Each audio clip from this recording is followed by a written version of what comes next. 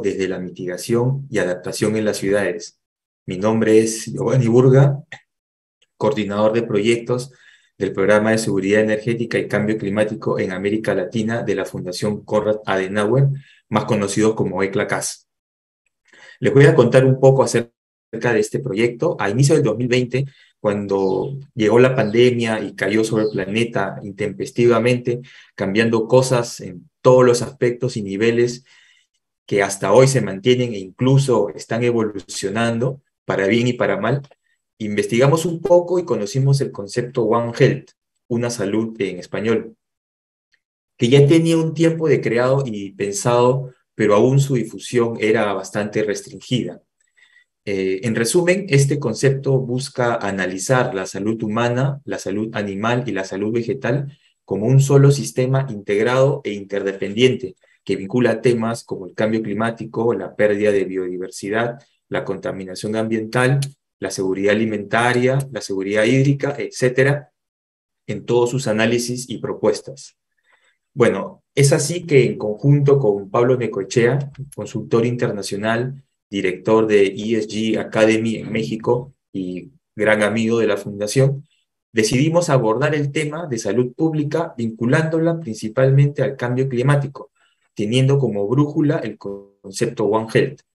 Y bueno, en estos ya casi 3 años de trabajo hemos realizado una serie de investigaciones, capacitaciones y conversatorios virtuales como el que nos reúne hoy para aprender y debatir junto a especialistas de varias ramas y experiencias la importancia de la salud, sobre todo la salud pública, desde una perspectiva climática y ambiental para el logro de sociedades justas, sostenibles y democráticas.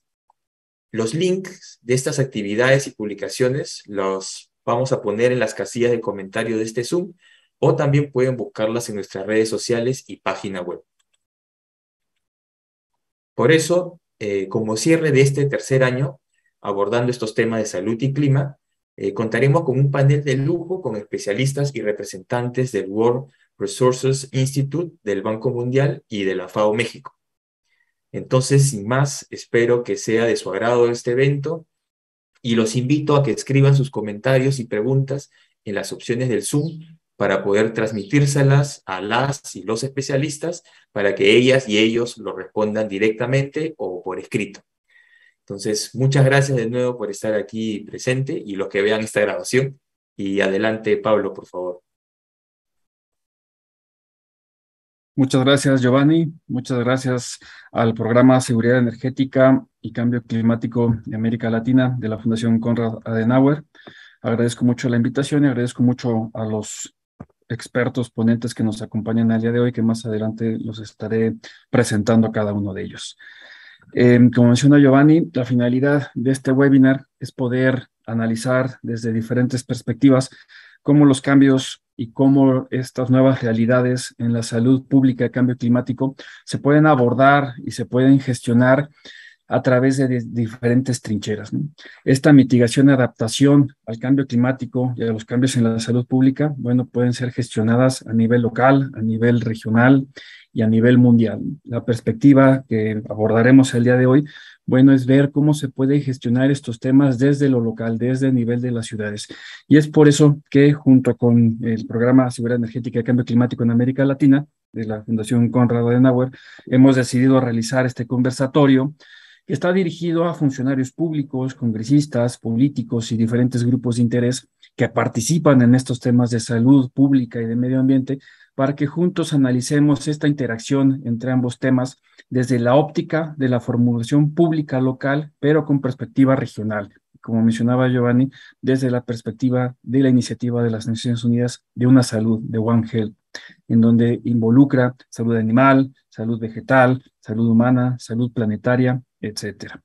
Desde el 2020 hemos estado realizando este tipo de estudios, hemos seguido opiniones de los expertos en temas de salud y medio ambiente sobre la urgencia de estos problemas relacionados y la interacción entre ambos temas, porque queremos aumentar la investigación y la generación de conocimientos de estos temas, ¿no?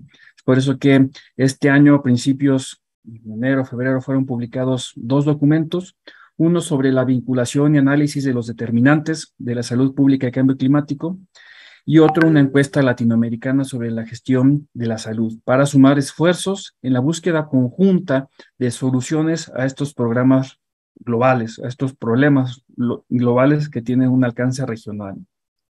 Además, se publicó un estudio titulado Salud Planetaria Heatmap, que es un análisis personalizado a 20 países de América Latina, los 20 países con mayor número de habitantes, sobre la interrelación en la gestión del medio ambiente y la salud pública para evaluar el desempeño y la exposición al riesgo mediante el análisis de datos, indicadores de desempeño y la política pública relacionada con estos temas de salud y cambio climático, con el objetivo de brindar herramientas de consulta a formuladores de política pública que contribuya a la toma de unas mejores decisiones en vía de un desarrollo sostenible. Es claro que el declive de los ecosistemas y los servicios que estos prestan, los servicios ambientales que presta nuestro ecosistema, pues se han ido agravando por las consecuencias del cambio climático. Y esto supone un riesgo para la salud de la población urbana y periurbana. Los factores sociales y medioambientales influyen en la salud, como el acceso a agua limpia y segura, tener un aire fresco, un suministro adecuado de los alimentos sanos, se ven sometidos a esta nueva circunstancia. En este conversatorio, se hablará de esta conexión que existe entre la salud de la población y los ecosistemas sanos que tanto necesitamos, de cómo se integran ahora los objetivos del cambio climático y de la salud pública y de cómo prevenir riesgos relacionados a estos temas, a esta interrelación de temas. ¿Por qué? Bueno, estamos a menos de 10 años para el cumplimiento de grandes compromisos globales de llegar a esta Agenda 2030 que nos hemos planteado a través de 17 Objetivos de Desarrollo Sostenible. Y bueno, a medida que estos hitos críticos para el progreso de estos ODS, estos Objetivos de Desarrollo Sostenible y de los compromisos que tenemos también planteados en el Acuerdo de París se acercan, bueno, estamos obligados a reconocer la urgencia de accionar cada uno de nosotros, de generar nuevo conocimiento y sobre todo de emprender nuevas acciones y formular nueva política pública en estos temas y esta interrelación entre salud pública y cambio climático. La finalidad de integrar estos temas en nuestras decisiones que tomamos en nuestro día a día desde la esfera que nos toca y construir agendas interseccionales e intergubernamentales. Y es por eso que este conversatorio busca analizar bajo esta perspectiva, bajo el enfoque de salud, una salud One Health, bueno, la relación que existe desde lo local, pero a nivel regional y sobre todo tomando en cuenta América Latina como nuestro punto eje. Y es por eso que estas discusiones que vendrán dentro de este conversatorio, bueno, pretenden generar valor y promover acciones que contribuyan a lograr un aseguramiento de una región sostenible a través de lo local. Agradezco mucho a nuestros expertos que nos acompañan el día de hoy, a Belina Ruiz, gerente de cambio climático del WRI, y Beatriz Cárdenas, directora de calidad de aire y co-lead global de calidad de aire de WRI. Agradezco también mucho a Michael Gabriel Iglesias Luzardo, consultor del Banco Mundial, y agradezco también mucho a Karina Sánchez Bazán, coordinadora del programa de la Iniciativa Regional Sistemas Agroalimentarios Sostenibles y Dietas Saludables de la FAO México. A continuación, le daré yo la palabra a Belina Ruiz, gerente de cambio climático de WRI, y a Beatriz Cárdenas, directora de calidad del aire y co-lead global de calidad del aire de WRI, con la presentación titulada Transversalización del cambio climático en las políticas públicas a nivel individual y colectivo, público y privado. Muchas gracias y sean todos bienvenidos. Les recuerdo a la audiencia que nuestro cuadro de chat de diálogo está abierto para cualquier pregunta que puedan hacer. Estamos prestos para poder estar resolviendo sus dudas. Y al final habrá también una etapa de preguntas y respuestas coordinada por Giovanni Burga, en donde podremos resolver inquietudes de nuestra audiencia. Adelante.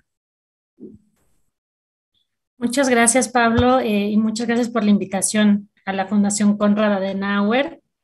Tenemos una presentación conjunta con la doctora Beatriz Cárdenas, en donde yo voy a hablar un poco de dónde estamos, cuál es el contexto de la emergencia climática y sus impactos en las distintas dimensiones ambientales y sociales, para que la doctora Beatriz hable más en términos del impacto del cambio climático en la calidad del aire y en la salud. Entonces, yo no sé si me pueden apoyar con la presentación. Súper, la que sigue, por favor.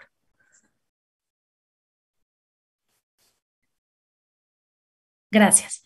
Bueno, primero hablar sobre el contexto en el que nos encontramos y de los recientes informes del IPCC, donde nos dicen que los cambios que estamos presenciando en el mundo no tienen precedente en la historia y tienen impacto en todas las regiones.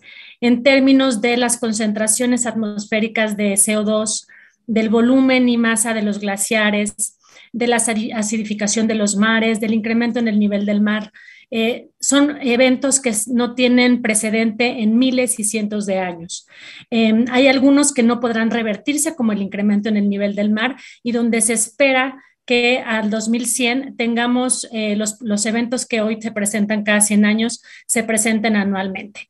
Entonces, los cambios en los ciclos hidrológicos e incremento en las temperaturas afectan de manera distinta en las distintas regiones, pero ya no son una cosa del futuro, sino que lo estamos viendo todos los días y con distintos impactos. La que sigue, por favor. Otra de las grandes conclusiones es que la influencia humana en el calentamiento global es incuestionable. Si bien desde el siglo pasado y sobre todo con la evidencia que reunía el Grupo Intergubernamental de Cambio Climático, el panel intergubernamental, desde la década de los 80 sobre la influencia humana en el calentamiento global, hoy hay una mejora en el conjunto de datos de observación del clima para evaluar el calentamiento histórico, en donde se observa que el hombre y la mujer somos responsables de más del 1%, un grado centígrado por encima de la temperatura observada en la era preindustrial, y sobre la respuesta climática de las emisiones producidas en el sistema humano. La que sigue, por favor. Y bueno, otro de los grandes llamados y resultados de este conjunto de investigaciones y evidencias es que nos queda poco tiempo. El IPCC concluye que a menos de que las emisiones no se reduzcan de manera acelerada, rápida y a gran escala, el 1.5 grados y los 2 grados por encima de la media histórica es inalcanzable. La que sigue, por favor. Las actuales NDCs, las contribuciones nacionales determinadas que han presentado hasta la fecha los países, han conseguido, reducen en unos 2.3 gigatoneladas de emisiones, lo cual nos deja todavía en una brecha de más de 50 gigatoneladas para no rebasar los 2 grados de temperatura media global, y lo cual nos pone en una situación muy crítica. Las emisiones entre 2010 y 2019 han sido las más altas en las décadas, y el crecimiento en todos los sectores se producen sobre todo en áreas urbanas. Las emisiones el año pasado volvieron a crecer 6%, y los paquetes de recuperación e inversión siguen siendo mucho más orientados a la inversión en combustibles fósiles que en energía renovable. Entonces, bueno, estamos en esta situación crítica en donde la tendencia de emisiones nos dice que es muy probable que en los siguientes años rebasemos los 1.5 grados de temperatura. La que sigue, por favor. Y un tema muy importante es que cada fracción de temperatura importa, en cuanto al aumento en el nivel del mar, en cuanto al impacto que tienen en los ecosistemas, en cuanto a la producción pesquera, a los rendimientos agrícolas, que cada grado empeora, digamos, la situación de cada uno de los sistemas físicos, biológicos y con sus impactos en las comunidades y en los sistemas humanos. La que sigue, por favor. Y como mencionaba Pablo al inicio, hay una retroalimentación entre las dimensiones físicas, las dimensiones biológicas y las dimensiones sociales, y que producen y generan riesgos en cascada entre sistemas. Entonces, a un mayor incremento en las temperaturas y cambio en los regímenes de lluvias, se producen también pérdida en la biodiversidad e incremento en los incendios forestales. Hay un reporte reciente del WRI en donde nos dice que la pérdida de cobertura forestal es mucho más alta en este año que hace 10 años. Eso nos lleva a impactos sobre la pobreza y la seguridad alimentaria, los impactos del cambio climático sobre los desastres naturales, la salud, los precios de los alimentos, empujará a entre 30 y 130 millones de personas a la pobreza extrema a nivel mundial a 2030. Entonces, son efectos en cascada que generan mayores riesgos y mayores emisiones. La que sigue, por favor. Y bueno, los impactos del cambio climático no son iguales entre los grupos sociales y la población. Algunos de los grupos sociales con mayores condiciones de vulnerabilidad son las personas de menores ingresos y las que tienen una falta de acceso a servicios básicos. En México, por ejemplo, el 44% de la población está en situación de pobreza, 6 millones de personas carecen de agua potable y 11 millones de saneamiento, 52% de seguridad social y 22% tiene desnutrición y 22% no tiene acceso a servicio médico. Esto les da muchos menores recursos y capacidades para reponerte y responder ante desastres naturales y a los efectos del cambio climático. En términos de género, debido a las normas y roles de género y las brechas estructurales entre hombres y mujeres, el acceso al trabajo remunerado y la propiedad de la tierra, entre otros factores, las mujeres de ciertos grupos poblacionales pueden sufrir con mayor severidad los efectos del calentamiento global. La población urbana, el clima urbano y las islas de calor incrementan la morbilidad y mortalidad de personas, sobre todo de grupos de condición vulnerable. Los efectos de la temperatura en la calidad del aire incrementan los riesgos en la salud pública de la población urbana. Entonces, digamos, tenemos impactos desiguales y al mismo tiempo tenemos contribuciones desiguales. Hay una desigualdad en cuanto a quiénes son los que lo sufren y quiénes son los que emiten. La que sigue, por favor.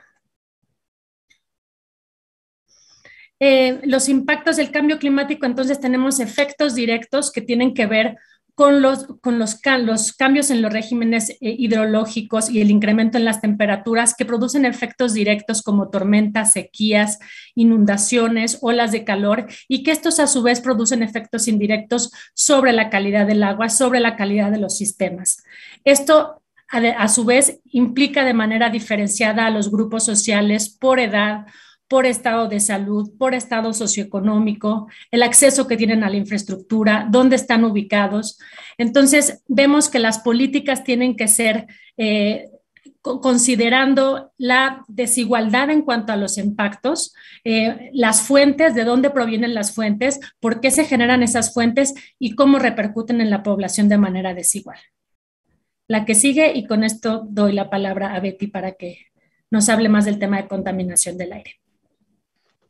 Gracias, Avelina. Pues bueno, ya Avelina mencionó que entre estos complejos impactos por cambio climático, unos de ellos se refieren a la calidad del aire. A su vez, los contaminantes o la contaminación del aire también contribuye al calentamiento global. Generalmente pensamos en los impactos de la contaminación del aire, pues los tenemos muy presente en salud humana. Sabemos que es la principal causa de riesgo ambiental en el mundo. Y se estima, de acuerdo a la Organización Mundial de la Salud, aproximadamente 7 millones de muertes prematuras causadas por exposición a contaminantes del aire. Si nos vamos a otros efectos que también tienen un impacto en una sola salud, pues sabemos que la contaminación atmosférica también contribuye en términos de seguridad alimenticia, porque hay una reducción en la producción de varios cultivos. Entonces sabemos que hay pérdidas en la producción global, por ejemplo, de trigo, de soya y de maíz, pero también sabemos que a nivel local puede haber impacto no solamente en agricultura, en nuestros bosques y también en sistemas, en diferentes ecosistemas. Algo que también se reconoce poco es si sabemos que el cambio climático produce todos estos cambios en patrones hidrológicos. También la presencia de contaminantes en la atmósfera son núcleos de partículas y estos pueden afectar los patrones de lluvia. Entonces también sabemos que esta contaminación, esta presencia de contaminantes en la atmósfera puede afectar a nivel muy local, por ejemplo, fenómenos como el monzón o patrones de lluvias en varias partes del mundo. Como dije antes, los contaminantes del aire no solo afectan la salud humana y de ecosistemas, sino que también algunos de ellos contribuyen al calentamiento global. Estos son los contaminantes climáticos de vida corta, que tienen como función doble, tienen un impacto en la salud humana y ecosistemas y también calentan el planeta. Lo que sí sabemos es que reduciendo la emisión de estos contaminantes climáticos de vida corta, no solamente mejoramos la calidad del aire, sino también contribuimos a esta reducción en este aumento de temperatura del cual Avelina ya mencionó. Y bueno, podríamos ver otro tipo de impactos, por ejemplo, el depósito atmosférico, que también tiene un impacto en, por ejemplo, la producción de energía a partir de sistemas solares. La siguiente, por favor. Bueno, no por dar muchos detalles, pero sabemos que en la atmósfera estas fuentes de emisión que no solamente emiten gases de efecto invernadero que calientan nuestro planeta, sino tienen un impacto en la salud humana. Ya se mencionó también que son impactos también diferenciados en contaminación del aire. También hay evidencia que los grupos más vulnerables son aquellos que tienen una exposición mayor a estos contaminantes y bueno, los efectos son en varios de nuestros órganos, dependiendo del contaminante al que estemos expuestos, la intensidad o la concentración de estos contaminantes, así como el tiempo. Tenemos impactos agudos, impactos crónicos en la salud y también hay suficiente evidencia de que algunos grupos, los más vulnerables, son los que más impactos tienen. La siguiente, por favor. Y bueno, cuando vemos esta necesidad de hacer políticas transversales por ejemplo, en nuestras ciudades pensando en una sola salud, pues aquí tenemos un ejemplo de lo que pasa en nuestras ciudades, ¿no?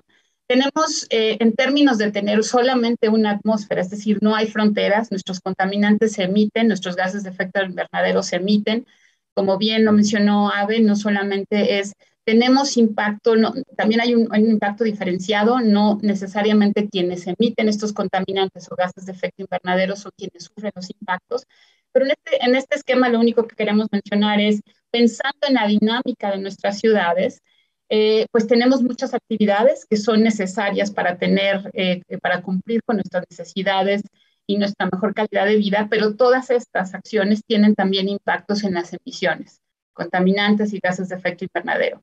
De ahí que es necesario ver una política más transversal, pensando en todos los impactos que tenemos por cambio climático en la salud, pero también pensando que necesitamos identificar acciones que tengan efectos de manera transversal. La siguiente, por favor. Y pues concluiría, la siguiente, por favor. Es que bueno, es claro que tenemos una urgencia en la acción climática y necesitamos tener una visión transversal en estas políticas alineadas a nuestras NDCs y que sean más ambiciosas. Necesitamos también que el financiamiento alcance a las comunidades locales y que se haga este financiamiento pensando en sus necesidades básicas y medios de vida, en cumplimiento además de estos objetivos climáticos. Estas comunidades deberían ser no solo receptoras de estos fondos, sino que además sean activas en la generación de información. Ya se hablaba de esta generación de información y conocimiento, pero también en la búsqueda de soluciones que atiendan sus necesidades.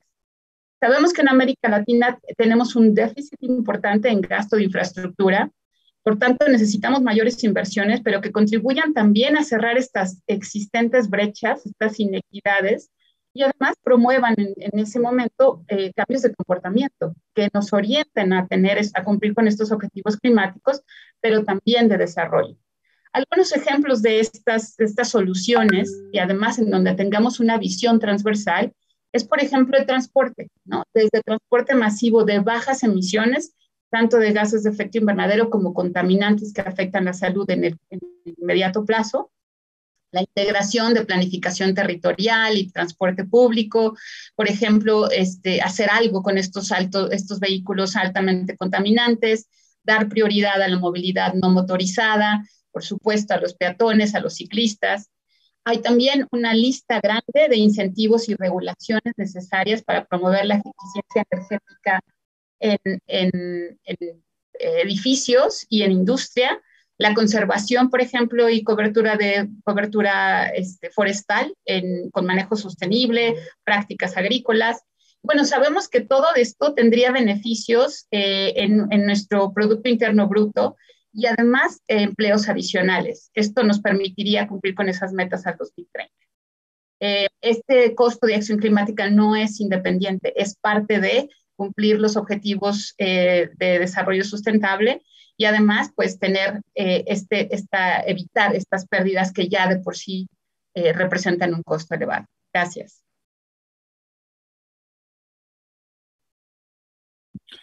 Muchas gracias. Agradezco la participación de Avelina Ruiz, gerente de Cambio Climático de World Resources Institute, WRI, y a Beatriz Cárdenas, directora de Calidad del Aire y Co-Lead Global de Calidad de Aire de WRI, por su presentación, transversalización del cambio climático en las políticas públicas a nivel individual y colectivo, público y privado. Súper interesante su presentación y sobre todo el darnos cuenta e identificar esos aspectos de nuestro día a día que están haciendo que emitamos más contaminantes de corto plazo y que hacen que también afecten nuestra salud y de otra manera también aumenten este calentamiento global. Y a través de esa identificación el poder crear política pública transversal que ayude a disminuir estos contaminantes de corto plazo a través de diferentes acciones, ¿no? Sobre todo teniendo en cuenta que la población vulnerable pues, es la más afectada y también pues, la población que se encuentra geográficamente en vulnerabilidad. En muchas de las regiones en América Central y América del Sur están en situación geográfica vulnerable y es más afectable por cambios derivados del cambio climático y el calentamiento global. Bueno, pues la identificación de estos problemas y también las oportunidades derivadas de una correcta gestión pública transversal, bueno, pues seguramente traerá beneficios. Muchas gracias por su presentación. A continuación le doy la palabra a Micael Gabriel Iglesias Luzardo, quien es consultor del Banco Mundial y que trae la presentación Crecimiento desde una perspectiva basada en la sostenibilidad de las ciudades, su infraestructura, gobernanza y participación ciudadana. Muchas gracias, Micael, por tu participación, por aceptar la invitación de estar en este panel y adelante. Vale, muchas gracias. ¿Qué tal? Buen día. Voy a compartir aquí la pantalla rápidamente. Perfecto, aquí le presentamos.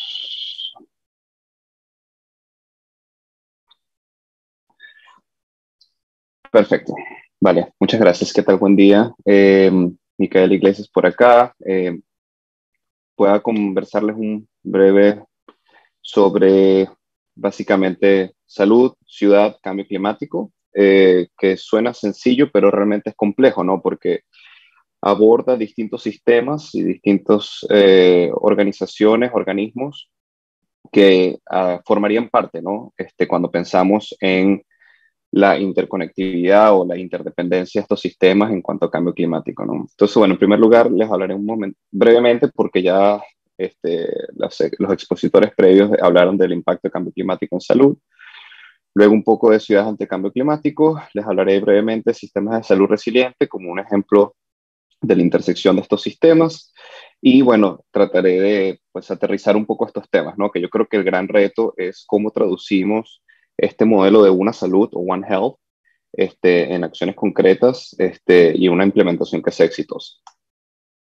Entonces, bueno, yo creo que es importante empezar por lo complejo que puede ser el tema de cambio climático, no solo por el tema científico, que para eso están los científicos, para eso está el IPCC, que emite su reporte, que es estupendo, sino de cómo pasamos del alto nivel, como puede ser el Acuerdo de París, los NDCs, etcétera, y cómo eso lo aterrizamos a un nivel más de comunidades, de planificación de ciudades, etcétera, ¿no? Y bueno, un poco reforzando el mensaje anterior, la realidad es que el cambio climático ya tiene efectos concretos, ¿no? Y devastadores. No estamos hablando de un cambio futuro, no se trata de las generaciones que vienen, sino esto es algo que sufrimos los que ya estamos acá en las distintas ciudades en las que nos encontramos, ¿no? No sé si saben, pero recientemente en lo que es Pakistán e India se registraron las temperaturas más altas jamás registradas y particularmente donde existe población también, ¿no? Realmente el tema de calor en Pakistán e India está redefiniendo lo que consideramos como calor y en cuanto a exposición y en cuanto a salud humana, ¿no? Esto ya lo mencionaba brevemente, pero nuevamente lo paso rápido. Hablamos de efectos directos, efectos indirectos, hablamos de olas de calor, enfermedades respiratorias, impacto directo por desastres, enfermedades transmitidas por vectores, agua, alimentos, en fin, básicamente todo lo que el cambio climático está impactando tiene de alguna u otra forma un impacto en nosotros directamente. Y aunque suene como algo, bueno, simplemente necesitamos mejorar el sistema de salud, la cosa no es tan sencilla, ¿no? Porque también necesitamos sistemas, o por ejemplo, en el caso de las ciudades, necesitamos ciudades que también puedan adaptarse y que puedan responder de forma adecuada ante estas emergencias. Reforzando también el mismo mensaje, la vulnerabilidad previa ante el cambio climático es fundamental, porque eso nos señala pues dónde el impacto va a ser mayor o más catastrófico, ¿no? En el caso de poblaciones vulnerables en Latinoamérica y el Caribe, hablamos de todo el tema de trabajadores en agricultura, todo lo que tiene que ver con salud laboral, ya que están expuestos al calor constantemente. Esto tiene un sinfín de consecuencias en salud, desde golpes de calor, problemas en los riñones, en fin. Luego todo el tema de pobreza, desigualdad y ubicación geográfica, esto particularmente pensando en lo que en Venezuela llamaríamos los barrios, ¿no? O las villas en Argentina, que no solamente es por un tema de ser asentamientos espontáneos, sino que están más expuestos a deslizamientos, están más expuestos a inundaciones, que tienden a ser los territorios donde tienden a asentarse estas poblaciones.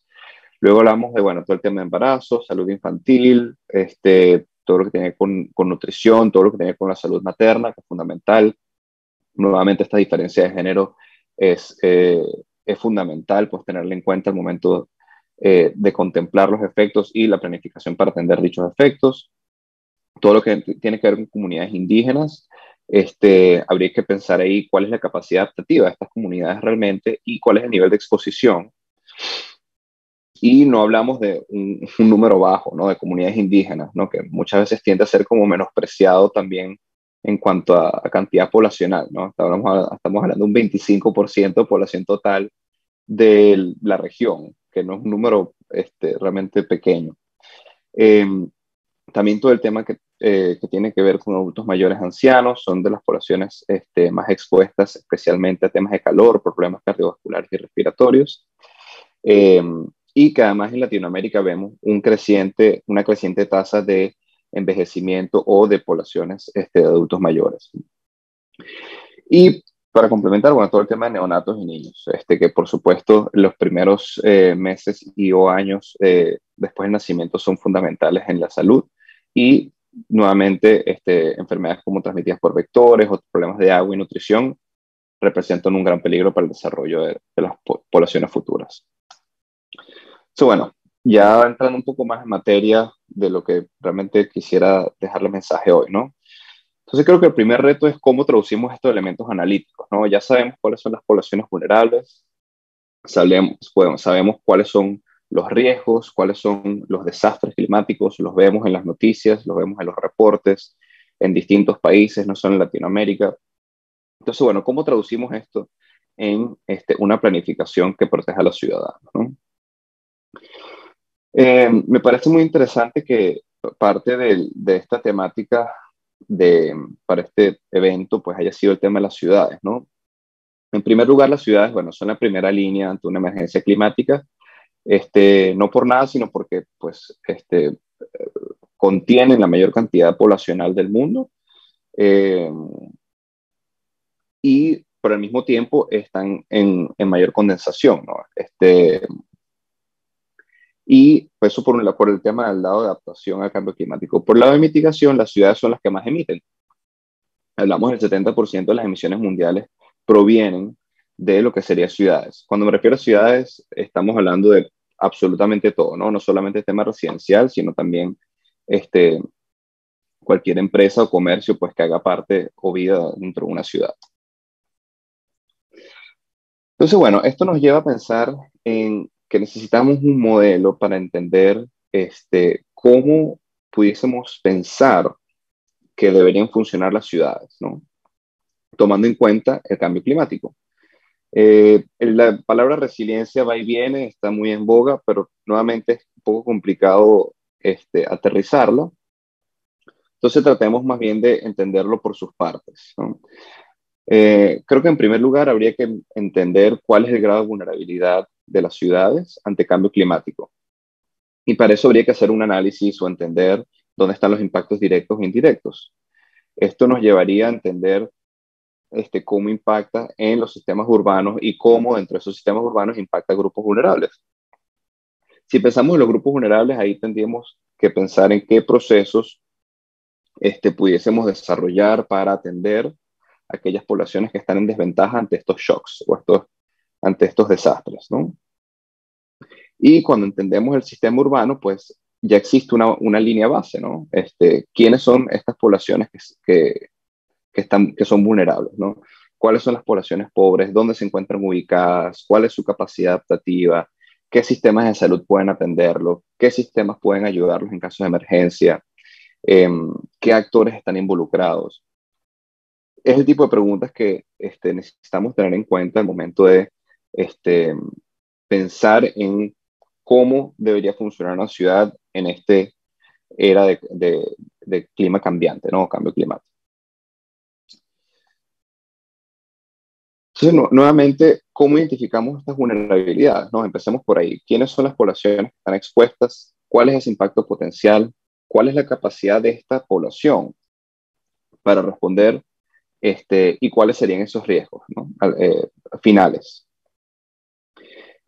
Por ejemplo, vamos a tratar de aterrizar esto, ¿no? Si hablamos de asentamientos espontáneos que puedan estar ubicados cerca de ríos que puedan estar comenzando a ser más proclives a inundaciones.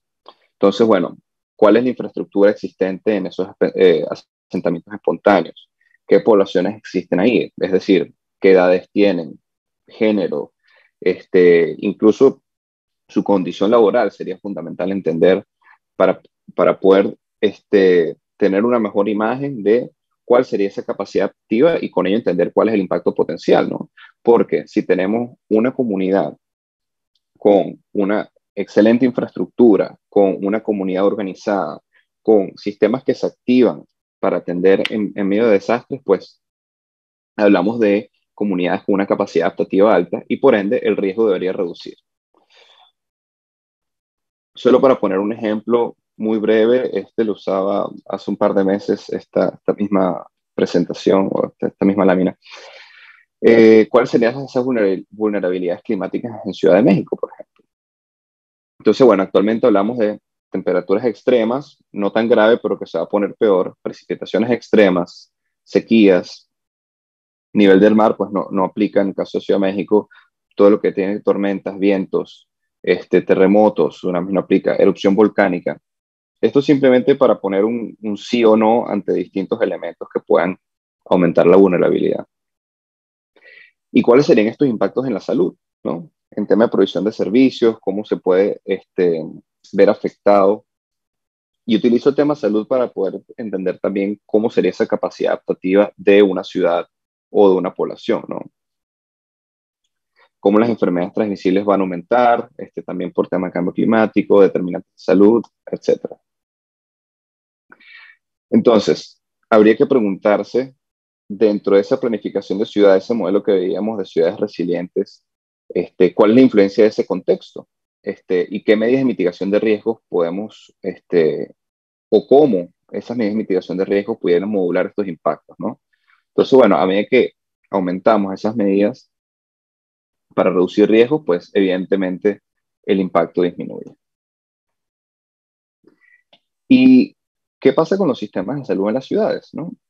Porque siempre pensamos, la salud es algo que tiende a politizarse mucho y que siempre al final esperamos de que funcione perfectamente, ¿no? Por ejemplo, con el caso COVID, quizás nadie tenía en mente que íbamos a tener una pandemia de este calibre, Pero al final del día, cuando estamos ahí, pues estamos esperando que el sistema de salud funcione y nos atienda perfectamente y nos proteja, etcétera. Entonces, bueno, así como hablamos de ciudades resilientes, necesitaríamos hablar de sistemas de salud resilientes, ¿no? Un sistema de salud resiliente, aquí un breve concepto, puede mantener sus funciones básicas durante una crisis y proporcionar capacidad adicional para reducir los impactos adversos de la crisis. Básicamente, con el mismo ejemplo de COVID, cuando llega ese desastre, cuando llega ese impacto, lo que esperamos es que el sistema de salud mantenga sus funciones y nos siga proporcionando los servicios con la misma calidad que necesitamos, no solo para atender la crisis, sino para reducir todos los impactos que puede tener, ¿no? Por ejemplo, vacunación, que está por ahí circulando, que cómo ha disminuido la tasa de vacunación por otras enfermedades. Entonces, bueno, necesitamos un sistema de salud que siga manteniendo esa campaña o esos servicios de vacunación aparte del COVID. Entonces, bueno, ¿qué pilares podemos tomar en cuenta para estos sistemas de salud resilientes, ¿no? Esto lo tomo de otro trabajo, un equipo que nos apoya también dentro del banco. Hablamos de, en primer lugar, las fundaciones de salud, que manejan efectivamente estos desastres, estos shocks. Hablamos de todo lo que tiene con la infraestructura o la resiliencia netamente de la infraestructura. Luego hablamos de lo que tiene que ver con sistemas y cadenas o cadenas y canales entre distintas hospitales o distintas infraestructuras. Luego, quiénes van a ser esas agencias que van a responder y cuáles son esos sistemas que necesitamos que sigan andando para poder asegurar una buena calidad de la provisión de servicios de salud, ¿no? Y eso ya se escapa un poco más del sistema de salud. Hablamos de electricidad, hablamos de transporte, hablamos de suministro de agua. Entonces, pongo este modelo también para comenzar a pensar la cantidad de actores que están presentes cuando hablamos de ciudades, cuando hablamos de resiliencia, cuando hablamos de cambio climático. No solamente estamos hablando de que necesitamos un buen planificador urbano o que necesitamos un buen gobernador o que necesitamos la mejor política pública. Lo que realmente es que el cambio climático va transversal, afecta y activa o debería activar distintos mecanismos y distintos actores para poder responder de forma asertiva, ¿no? Esto lo agregué un poco desordenado, pero me parece importante también tocar esto, ¿no? Por un lado, el sistema de salud, digamos, en nuestra primera línea de defensa, es lo que queremos que funcione perfecto cuando hay una catástrofe. Si algo me pasa, quiero poder tener un sitio donde ir, que me atiendan, pero al mismo tiempo el sistema de salud no es totalmente perfecto. Y me refiero totalmente perfecto porque también son responsables se calcula del 5% de las emisiones netas globales. 5% es un montón. Suena un número bajo, pero estamos hablando de todo el mundo. Si sumamos los sistemas de salud de todos los países, eso representaría el 5% de las emisiones. Entonces, hay también mucho que hacer en cuanto a tema de mitigación, no solamente en la ciudad, sino particularmente el sistema de salud. ¿Y dónde vienen esas emisiones? Bueno, de las instalaciones de atención médica, electricidad, todo lo que tiene que ver con cadena de refrigeración, calefacción, cadenas de suministro, etc. Entonces, nuevamente, y volviendo para atrás, ¿no? Hablamos de impacto de cambio climático, hablamos de ciudades, hablamos de sistemas de salud, y al mismo tiempo necesitamos un sistema de salud pues, que no empeore la cosa. Necesitamos un sistema de salud que también se sume a esa meta del 2030, del 2050, todo lo que tiene que ver con disminución de huella de carbono.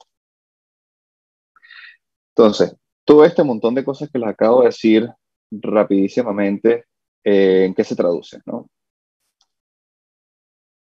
Esto es un breve ejemplo de lo que, pues, pienso, quizás de una forma más personal y que también estamos trabajando desde el banco, en lo que deberíamos estar pensando, ¿no? En primer lugar, necesitamos poner la población de primero. Necesitamos entender quiénes habitan, quiénes forman parte de una ciudad y cuál es su grado de vulnerabilidad, ¿no? Este es un ejemplo de la ciudad de Lima, y hablamos del tiempo promedio esperado de acceso a un servicio de salud. Aquí pueden ver cómo en la primera de la izquierda, el primer mapita, pues esto es sin ningún tipo de interrupción, ¿no? Cuánto tiempo le toma a estas personas llegar a un centro de salud. Como ven, la gran parte es verde, pero existen poblaciones que ya de entrada a la línea base les toma bastante tiempo poder acceder, ¿no? Hablamos seguramente de asentamientos espontáneos. Luego, nuevamente, en el siguiente mapita, pues vemos qué pasaría si hubiese algún tipo de terremoto, ¿no? La línea de falla. Entonces, fíjense que las mismas poblaciones siguen teniendo un tiempo bastante elevado para acceder a servicios, pero no es tan grave. Sin embargo, cuando hablamos de inundaciones, que sabemos que van a aumentar por cambio climático, fíjense cómo aumentan los tiempos de traslado para acceder a servicios de salud. Entonces, si lo pensamos de un punto de vista de planificación, un punto de vista más general, más arriba, aquí ya necesariamente tenemos que coordinar con sistema de salud, con transporte, con manejo de riesgos y desastres, con electricidad para que todos esos sistemas funcionen, con suministro de agua, etc. Aquí también vemos otro ejemplo. Cómo los tramos viales críticos que brindan acceso a estos servicios de salud en función de la demanda, ¿no? Entonces, nuevamente aquí vemos los distintos tramos viales críticos sin ningún tipo de interrupción, y nuevamente cuando llegamos a también inundaciones, pues cómo se ven afectados esos tramos viales y la consecuencia que eso pudiese tener, ¿no? Justamente en cuanto a acceso a servicios públicos. Entonces, un poco lo que les comentaba de cuáles son los elementos y roles que necesitamos, ¿no? Ante esos escenarios. El cambio climático atraviesa absolutamente todo. Y así como llegamos a esa conclusión, entonces la otra conclusión sería que no hay una respuesta única de un punto de vista en particular. Es decir, no es que el sistema de salud es más importante o que la planificación de ciudades es más importante o que necesitamos un único mejor gobierno, sino la verdad es que necesitamos entender que esta interdependencia de los sistemas requiere que los distintos actores que forman parte y hacen vida, pues se aborden un sistema de gobernanza que facilite la colaboración y la cooperación y que garantice, ¿no?, esa interoperabilidad entre los procesos. Entonces, cada elemento o cada hormiguita es fundamental cuando hablamos de cambio climático. Y esto es un poco también lo que aborda el tema de One Health, ¿no? No solamente es la salud en cuanto a que quisiéramos un hospital grande y bonito que nos atienda bien, sino, bueno, todos los distintos grandes elementos que forman parte de eso, ¿no? Todo lo que tiene que ver con salud animal, salud ambiental, y aquí pudiésemos seguir agregando otras capas, ¿no? Cambio climático, las ciudades, etc. Entonces, bueno, hablando de coordinación intersectorial, vemos que aquí esto es un gráfico para mostrar dónde existen esta coordinación intersectorial con diversos actores en Latinoamérica y el Caribe. Vemos de entrada pues que existen ciertos mecanismos o comités o lo que sea, pero sin embargo todavía no abordamos un sistema que facilite esta colaboración y cooperación. Entonces necesitamos también ciudades y sistemas de salud inteligentes, ¿no? Y cuando me refiero a inteligente, en este caso particular no me refiero a adopción de tecnología, no necesitamos carros voladores, ni un sistema de salud, pues no sé, con robots. Necesitamos que sean inteligentes en cuanto a cómo se maneja el conocimiento ante estos desastres, ¿no? Y que permita que los distintos actores se activen de forma adecuada para garantizar respuestas asertivas, ¿no? ¿Esto qué quiere decir? Por ejemplo, si hablamos de una inundación o cambiemos para otra cosa, si hablamos de calor, ¿no? ¿Qué sistema necesitamos activo para que dé la alarma, ¿no? Viene una ola de calor. Eso, ¿quién lo va a hacer? Lo hace el Departamento de Meteorología. Ajá, ¿y cómo le llega a la población? Bueno, necesitamos que todo lo que tiene comunicaciones, no sé, el proveedor número 1 de servicios de comunicaciones del país o de la ciudad se active. Ok, va a llegar por un mensaje. ¿Qué va a decir el mensaje? ¿Cuáles son las recomendaciones? Luego, por otro lado, ¿cuáles son las recomendaciones para el sistema de salud? Bueno, viene un incremento de enfermedades cardiovasculares o por golpes de calor. Entonces, esto es lo que me refiero con una inteligencia, ¿no? Una inteligencia de los procesos y de los actores para una mejor atención o una respuesta más asertiva, ¿no? Esto requiere mecanismos de cooperación, colaboración, esto toma tiempo, esto es complicado, trabajar interministerialmente es complicado, trabajar con el sector privado es complicado, trabajar en equipos muy grandes es complicado, pero una vez que se establecen los procesos claves, esto va a generar una respuesta muy asertiva y va a disminuir el impacto y el riesgo.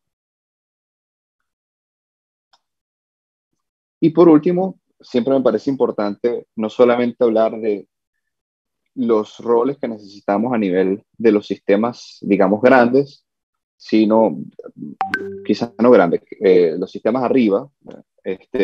Ahora pensemos también de los sistemas que ocurren abajo, ¿no? Nosotros como ciudadanos en nuestras distintas comunidades.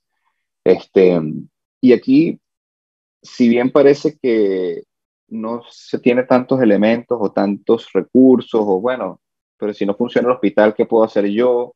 La verdad es que hay mucho que se puede hacer. ¿Por qué? Porque las comunidades son los que, pues, sufren el impacto y los que van a responder primeramente, ¿no? Pues, si hay un vecino que está en apuro, bueno, ¿cómo responde la comunidad para ayudar? O qué rol puede tener una comunidad también para ese sistema de alerta temprana o para un tema de vigilancia de enfermedades, por ejemplo, transmitidas por vectores. Entonces, bueno, en primer lugar, la organización local para aumentar la resiliencia es fundamental. Las comunidades tienen que asimilar y apoderarse de ese rol. Luego, estas coaliciones y redes entre comunidades a nivel regional, nacional e internacional tienen un gran potencial como mecanismos de comunicación, como mecanismos de respuesta, etc. Hay incluso países donde existe, por ejemplo, en Nepal, las comunidades tienen el primer enlace con los sistemas de salud y también cooperan con todo lo que tiene que ver con sistemas de alerta temprana, ¿no? En distintas comunidades, sobre todo remotas en las montañas. Luego, las comunidades también pueden colaborar con recopilación de datos procesables para poder identificar impactos, riesgos, tasa de morbilidad, mortalidad, qué es lo que está ocurriendo en la comunidad en el momento. También área de oportunidad gigante para explorar en cómo entre distintas comunidades se aprende y cómo manejamos ese conocimiento. Y como ya les decía, pues cómo conectamos a esas comunidades con el sistema en general, ¿no? Cómo un hospital puede conectarse con una comunidad para identificar, oye, tenemos 10 personas dentro de esta comunidad que están en estado crítico y necesitan extracción inmediata. Entonces, bueno, ¿cómo las ubicamos? ¿Cómo las trasladamos? ¿Qué servicios requieren? Yo pienso que pues las comunidades totalmente pueden ser parte de eso. Entonces, bueno, espero no haber sido, no he extendidome tanto. Les agradezco mucho y pues muchas gracias. Muchas gracias, Micael Iglesias Luzardo, consultor del Banco Mundial, por tu presentación, crecimiento desde una perspectiva basada en la sostenibilidad de las ciudades, su infraestructura, gobernanza y participación ciudadana. Muy interesante tu presentación, ver que las ciudades son esa primera línea en el combate al cambio climático y también son responsables de ese 70% de las emisiones globales, como comentabas, ¿no? Y el comprender de cuando hablamos de una ciudad, pues es un cúmulo de diferentes actores de esta interrelación de estos actores que buscan objetivos comunes, buscan vivir en sociedad, y que dentro de este cúmulo de actores, bueno, pues hay muchas brechas, hay muchas áreas de oportunidad, sobre todo en la coordinación para poder alcanzar un desarrollo sostenible, ¿no? Y a través de eso, como mencionas, no quedarnos bajo la perspectiva de alto nivel, de los más altos compromisos a nivel global, sino pues actuar mediante acciones concretas desde lo local. Muchas gracias y agradecemos tu participación.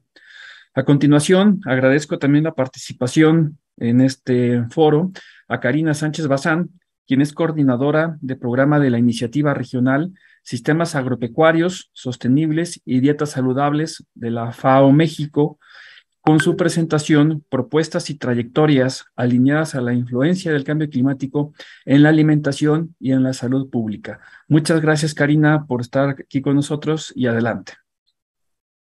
Muchas gracias, Pablo. Muchas gracias a quienes están presentes. Ya vi que hay mucha gente de América Latina, de otros países. Déjenme compartir mi pantalla para poder comenzar.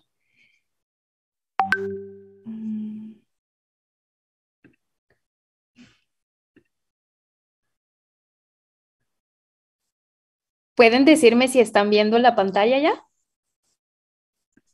Sí. ¿Sí? Ok. Sí, ya lo estamos ¿Y viendo. la pueden ver en modo presentación ya? Sí. Perfecto. Bueno, pues les saludo de parte de la representación de la FAO en México, especialmente de nuestra representante, la señora Lina Paul, y agradezco el espacio que le dan a la FAO para hablar en un foro que tiene que ver con salud y con cambio climático, porque las condiciones que hoy enfrentamos no nos permiten hablar de salud y cambio climático sin hablar de alimentación y sin hablar de seguridad alimentaria y nutricional. Voy a comenzar primero dándoles algunas definiciones para que estemos todos, digamos, en el mismo canal. Vamos a hablar un poco de las condiciones de seguridad alimentaria y nutrición en América Latina y el Caribe. ¿Cuáles son los efectos que ha habido en este tema por el conflicto en Ucrania? ¿Cuál es el impacto de la crisis climática en la seguridad alimentaria, especialmente en nuestra región de América Latina? ¿Qué tiene que ver esto con los sistemas agroalimentarios y cuáles son desde la FAO algunas recomendaciones de corto y mediano plazo? Primero, ¿qué son los sistemas agroalimentarios? Los sistemas agroalimentarios básicamente parecieran un concepto difícil, pero es todo lo que pasa desde la producción hasta la mesa, o sea, desde el campo hasta que nosotros consumimos algún alimento. Este es, digamos, una de las publicaciones base que es del panel de alto nivel de seguridad alimentaria, en donde la FAO dirige este trabajo técnico y es como la última publicación que tenemos para sentar las bases técnicas de lo que son los sistemas agroalimentarios y que tienen que ver también con la sostenibilidad del cambio climático. Esto es un sistema agroalimentario, digamos, tradicional, lineal, del campo a la mesa. Pero ¿qué hace? Esta es un poco la nueva visión que tenemos de los sistemas agroalimentarios y como ustedes ven, todo está interconectado. Hoy no podemos hablar de sistemas agroalimentarios si no hablamos de agricultura amigable con el medio ambiente, de canales cortos de abastecimiento y sobre todo de alimentación saludable y sostenible. Entonces, ¿qué hace a un sistema agroalimentario sostenible? ¿Y por qué nos importa en términos ambientales? La sostenibilidad se refiere, como en las definiciones tradicionales de sostenibilidad de un sistema agroalimentario, es la capacidad de este sistema de proporcionar seguridad alimentaria y nutricional, es decir, alimentación suficiente y nutritiva y saludable que no comprometa las bases económicas, ambientales y sociales de este sistema para generaciones futuras. Y los sistemas agroalimentarios sostenibles abarcan las 6 dimensiones de la sostenibilidad. Resalto 2 de estas dimensiones que son muy especiales para la alimentación, que son equitativos e inclusivos porque abarcan todo el tipo de producción alimentaria, es decir, desde la gran agricultura hasta la agricultura familiar, que son también resilientes, es decir, que tienen que estar estables o garantizar la estabilidad del abastecimiento de alimentos frente a golpes o crisis, como la que hoy vivimos, crisis alimentaria, y que tienen que ser regenerativos también para apoyar la sostenibilidad en todas sus dimensiones. Teniendo estas definiciones como base, vamos a ver un poquito cuál es o por qué es importante hablar de alimentación en América Latina y el Caribe, cuál es el estado de alimentación en la región y en México también. Un poco decirles que en términos de alimentación y de la Agenda 2030 no hay buenas noticias. No estamos avanzando en el ODS de hambre cero, al contrario, ya veníamos en retroceso y el impacto por la COVID-19 y por el conflicto en Ucrania nos ha golpeado aún más. En la región de América Latina y el Caribe, es importante decirles que hay más o menos 41% de la población que sufre de inseguridad alimentaria grave, es decir, casi o un poquito menos del 10% de la mitad de la población. También decirles que el indicador de subalimentación ha aumentado en la región, más o menos el 9% de la población en la región está en esta condición. En términos también de acceso a dietas saludables, y este es lo que más va a impactar en términos de la crisis, es que cuando hablamos de nutrición, de seguridad alimentaria y cambio climático, ya no podemos solamente hablar de la falta de alimentación o de la inseguridad alimentaria, sino de la mala nutrición. Y la mala nutrición incluye todos los espectros de padecimientos alimentarios, desde la desnutrición crónica hasta el sobrepeso y la obesidad. En América Latina y el Caribe, más o menos el 24% de la población adulta tiene una condición de obesidad. Y esto es importante porque en América Latina y el Caribe, según la última publicación del Estado de la Seguridad Alimentaria y Nutricional de la FAO, es la región donde es más caro acceder a una dieta saludable. Más o menos el cálculo es de 3.89 dólares por persona en la región, es decir, casi $4 para acceder a una dieta saludable. En México, este número es un poquito más bajo, es de 3.29 dólares, pero de todas maneras sigue habiendo un porcentaje alto de la población que no tiene acceso a estas dietas saludables. Y este es en términos de América Latina. Pero ¿qué pasa en México? En México, ya antes de la pandemia, veníamos con altas tasas de obesidad y sobrepeso, pero lo que se nos ha agravado es la inseguridad alimentaria. Según la última encuesta nacional de nutrición y salud, el 20.6% de los hogares tienen inseguridad alimentaria moderada y grave. Y también la mayor magnitud de la inseguridad alimentaria o las categorías más graves, está ubicada en las localidades rurales. Y al mismo tiempo tenemos una prevalencia de sobrepeso y obesidad en niños de casi el 20%. Si hablamos de los adolescentes, el sobrepeso tiene el 26% y la obesidad 17%, es decir, que casi el 40% de nuestros adolescentes presentan estas dos condiciones combinadas, y al mismo tiempo, en el mismo panorama, en el mismo país, tenemos o seguimos teniendo una prevalencia de talla baja en niños y niñas menores de 5 años. Y esta condición también es más agravada en localidades rurales. Y solamente decirles que en general todos los padecimientos, desde la desnutrición crónica hasta el sobrepeso y la obesidad, a quienes más afectan en México son a las mujeres. Y bueno, ¿por qué es importante que hablemos de esto? Seguramente ustedes ya han visto en varios medios de comunicación que estamos hablando de un periodo de crisis alimentaria, por lo menos en la región de América Latina y el Caribe. Hay varios impulsores y causas de esta inseguridad alimentaria y también de una crisis alimentaria.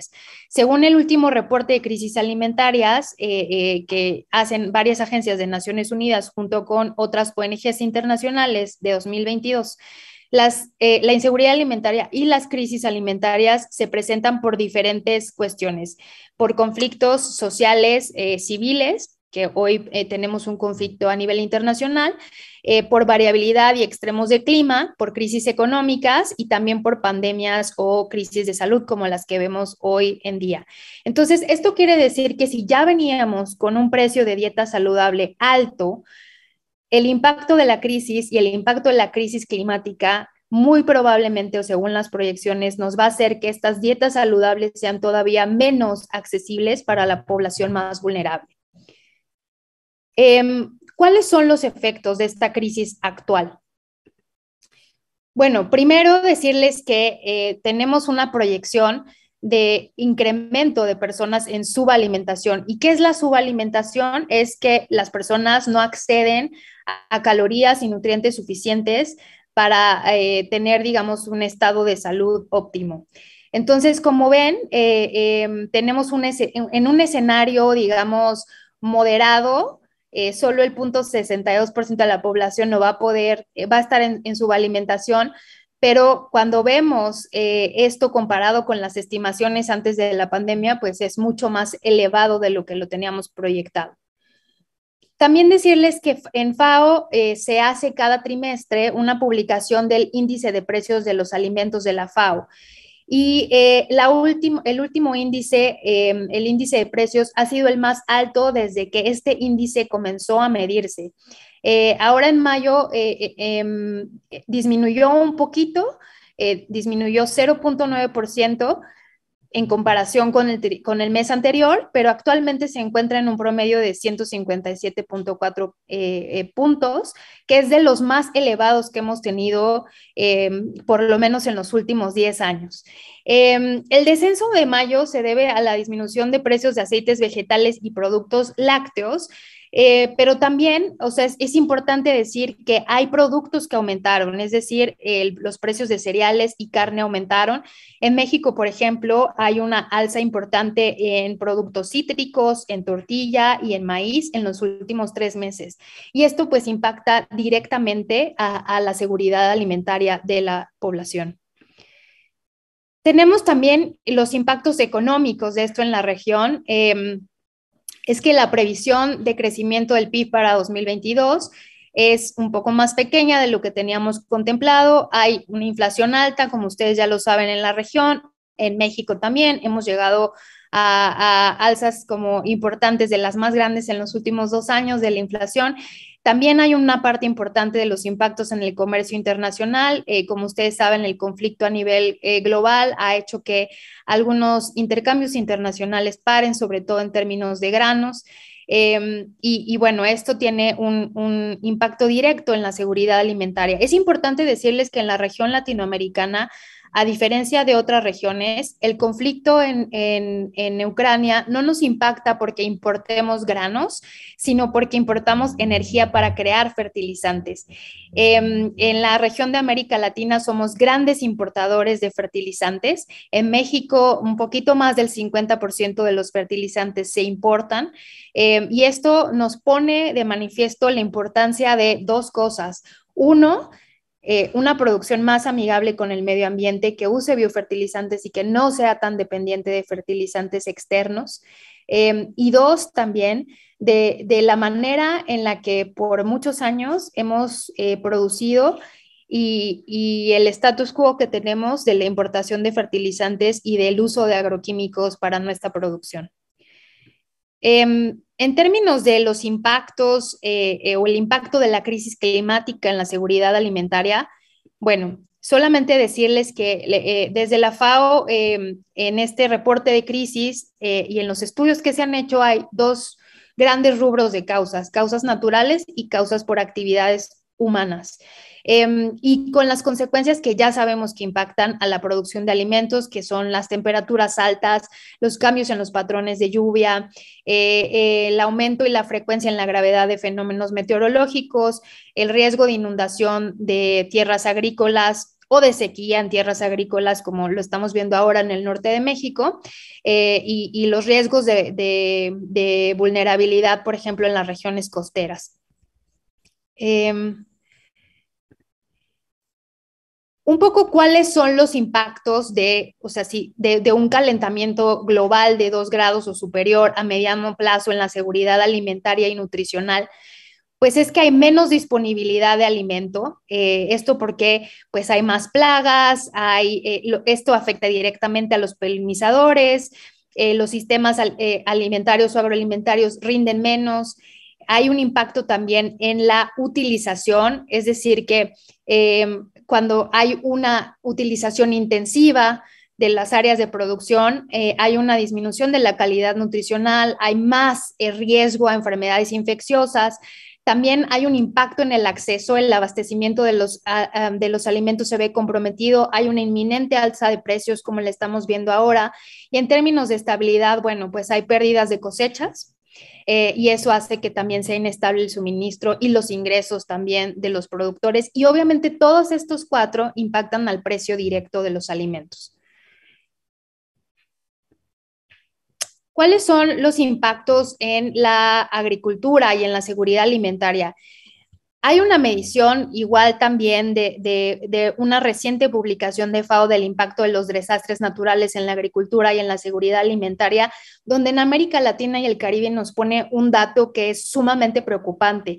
Somos la región que está más expuesta al impacto de la crisis climática y a las catástrofes en términos de alimentación. Cuando ustedes ven el gráfico que está del lado derecho, nosotros por la crisis climática tenemos un impacto o vemos comprometidas el 40% de la población por 975 calorías que pueden estar impactadas. A lo mejor no les dicen nada este número de 970 calorías, pero solo decirles que es básicamente la mitad de los requerimientos que tiene una persona en un estado de salud promedio al día, se ven comprometidas por el impacto de la crisis climática, porque se pierde producción y porque, digamos, hay una parte de producción agrícola y ganadera que se pierde y que son calorías perdidas por el impacto directo de la crisis climática en diferentes regiones. En África esto es 559 calorías y en Asia es 283. Y entonces esto nos lleva a hablar del vínculo inminente entre nutrición, salud, cambio climático, y esto desde la FAO lo vemos a partir de la transformación de los sistemas agroalimentarios.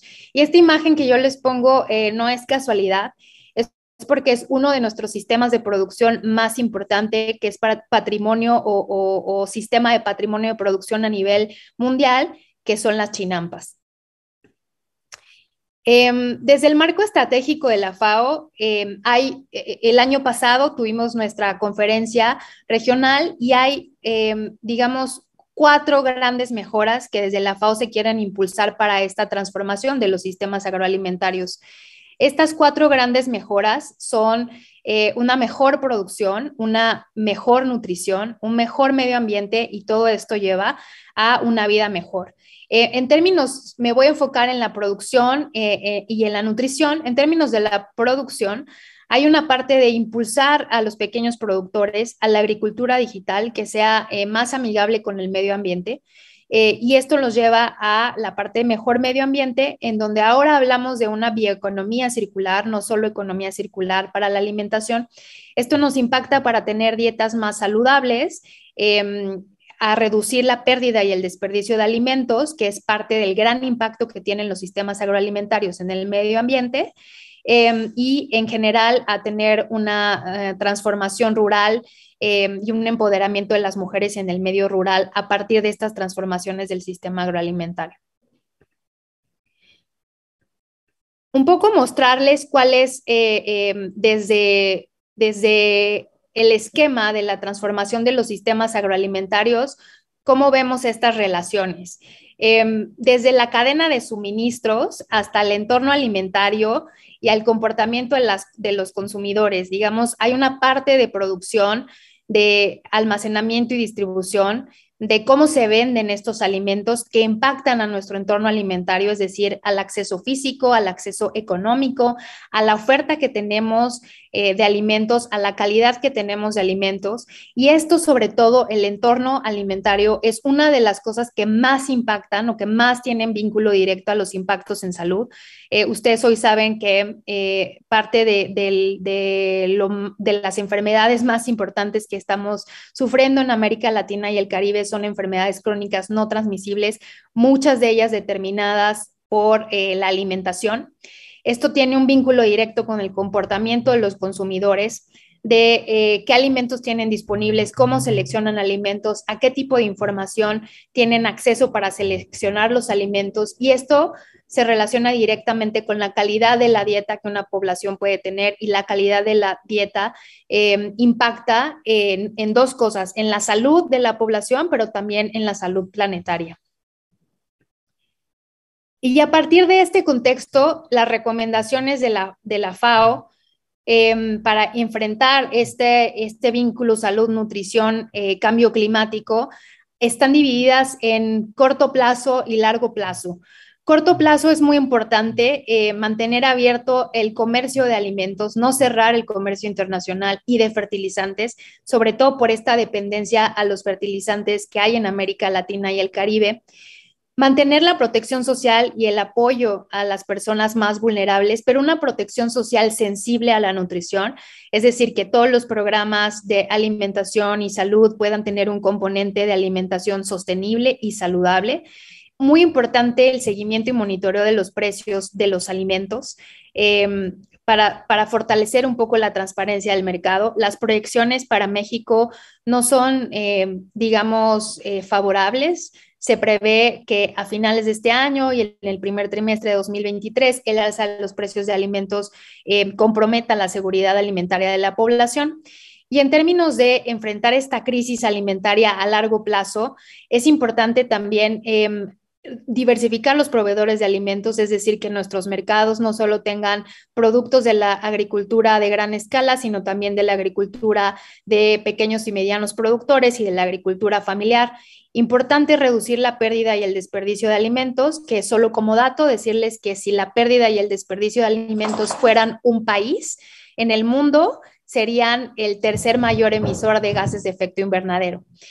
También transitar a fuentes de energía más sostenibles, con menor precio, en reducción de emisión de carbono, incrementar la eficiencia del uso de los fertilizantes y de los biofertilizantes.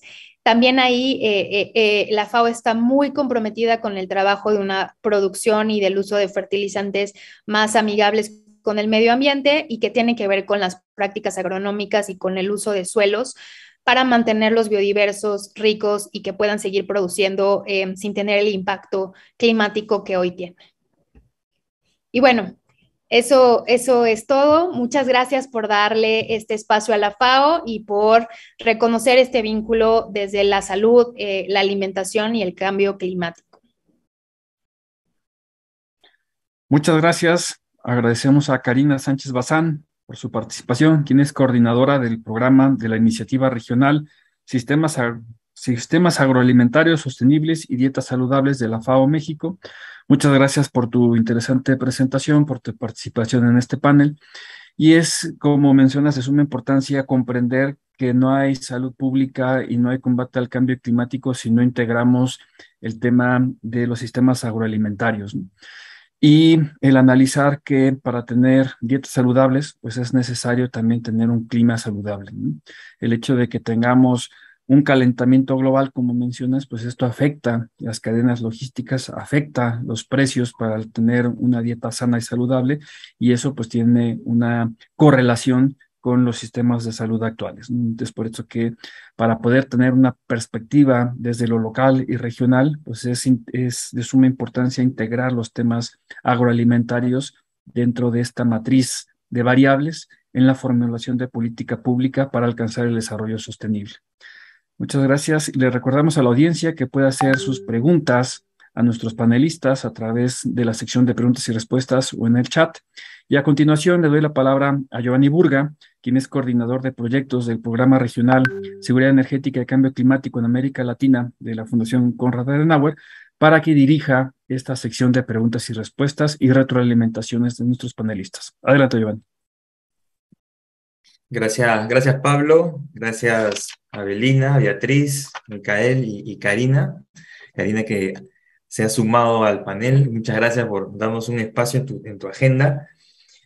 Bueno, hemos hecho un recuento muy interesante, ¿no? Desde el primer panel de la transversalidad del tema de clima y salud, visto de mi punto de vista, visto de una manera bastante panorámica. Luego, Micael centró un poco los temas más en salud y en ciudades, ¿no? Pero siempre con este componente de interdependencia.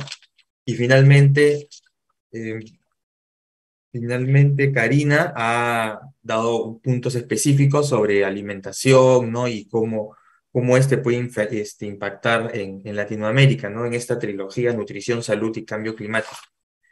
Yo acá tengo una pregunta que es un poco amplia. A ver, se la voy a dirigir a los tres, a ver quién quiere participar. Bueno, a las cuatro. ¿Cómo incentivar a las ciudades a crear políticas de largo plazo si tienen una gestión de gobierno muy corta? ¿No? Cosa sucede en alcaldías o gobernaturas o presidencias de 4 o 5 años, donde entra uno y hace y deshace lo que hizo el anterior, entonces no hay esta continuidad tan necesaria, ¿no? Entonces, no sé si, Avelina, ¿tienes alguna reflexión sobre esta pregunta?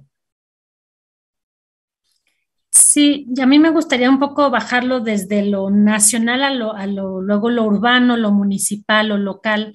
Mencionaba Betty en una de las recomendaciones, es primero la importancia de que los países tengan contribuciones nacionales determinadas y estrategias de largo plazo, que como recordarán son parte de los compromisos que tienen los países, parte del Acuerdo de París, que estén alineados a los objetivos en cuanto a adaptación y en cuanto a mitigación, y que apunten hacia las emisiones neta cero.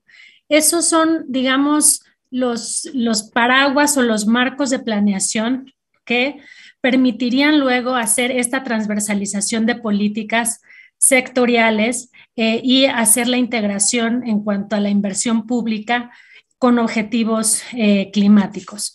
Las ciudades o los estados, en el caso de México, por ejemplo, tenemos el caso de la Ciudad de México, el caso de Jalisco y la zona metropolitana de Guadalajara, en donde tienen justamente ya estas estrategias de largo plazo que apuntan hacia estos objetivos, lo cual permite ir bajando hacia la planificación, pues estas acciones transformadoras que tienen pensando en la salud, equidad y bienestar de la población, y que al mismo tiempo, digamos, encadenan o hacen que la planificación corta de las administraciones en periodos cortos se anclen a estos instrumentos de planificación con una visión más de más largo alcance.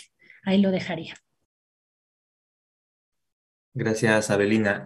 Micael, ¿tienes algún comentario sobre esta pregunta? ¿Cómo hacer las cosas que duren más que las personas que las dirigen? Sí, bueno, creo que esa es la pregunta, ¿no? Sobre todo en Latinoamérica y el Caribe, creo que tendremos esta facilidad de pensar que estamos refundando la ciudad, ¿no? Cada vez que entra un nuevo gobierno. Creo que ahí, y nuevamente me anclo un poco en el tema de la interdependencia de actores, ¿no? Ahí habría que pensar que actores están haciendo parte de lo que vendría siendo, digamos, planificación de ciudad o municipio, y también qué rol asumen estos actores, ¿no?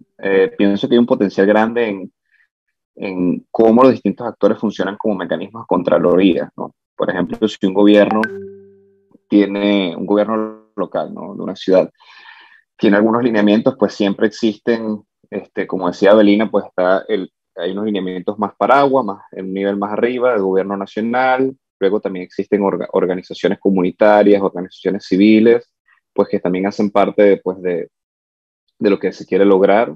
Entonces, bueno, de alguna u otra forma, los actores, pues, los roles cambian, ¿no? Y yo creo que tiene que haber cierta flexibilidad para adaptarse a esos roles, ¿no? Por ejemplo, si hay un cambio, digamos, opuesto en una ciudad y se dice, pues, no, el cambio climático no existe, esto es una mentira, pues bueno, ahí deberían activarse otros roles, y otros organismos para hacer contrapeso, ¿no?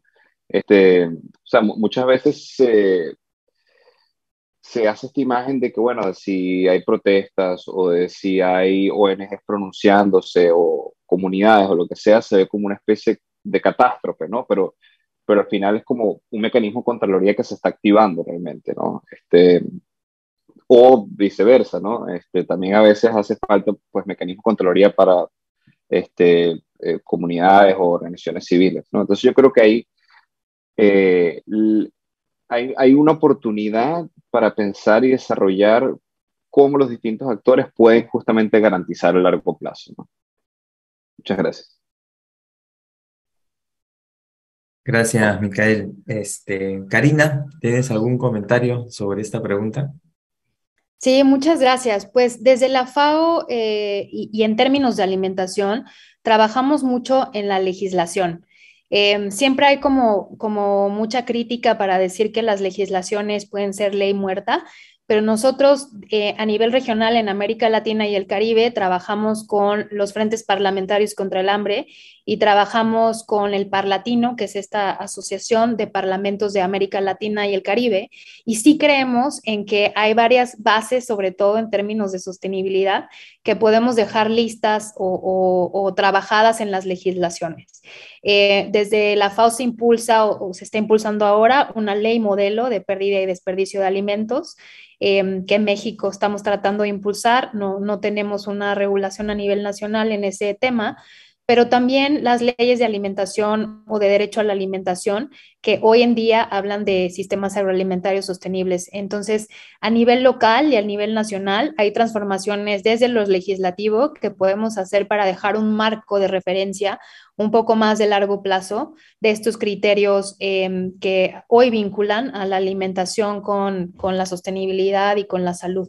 Y bueno, eso es parte de nuestro trabajo desde FAO también, la incidencia legislativa. Muchas gracias, Karina. Bueno, sí, ¿no? Llegué a tener estrategias de largo plazo con cierta flexibilidad y trabajando desde las comunidades y también desde niveles superiores, incluso desde componentes internacionales, ¿no? Como lo mencionaba Karina hace un rato. Son 11:30, lamentablemente se nos ha pasado la hora y media muy rápido. Este tema da para muchísimo más. Ahí podemos hablar pues de migraciones climáticas, economía circular dentro de las soluciones, este tema de las ciudades inteligentes que no necesariamente se deben enfocar hacia temas de tecnología, sino soluciones basadas en la naturaleza, la reformulación de la agricultura desde un concepto sostenible, ¿no? Y no tan dependiente de fertilizantes, que al final es lo que nos ha afectado en la guerra en Europa. Y de todas maneras vamos a seguir tocando el tema de salud, clima, ambiente y políticas públicas este año y bueno, el próximo año también.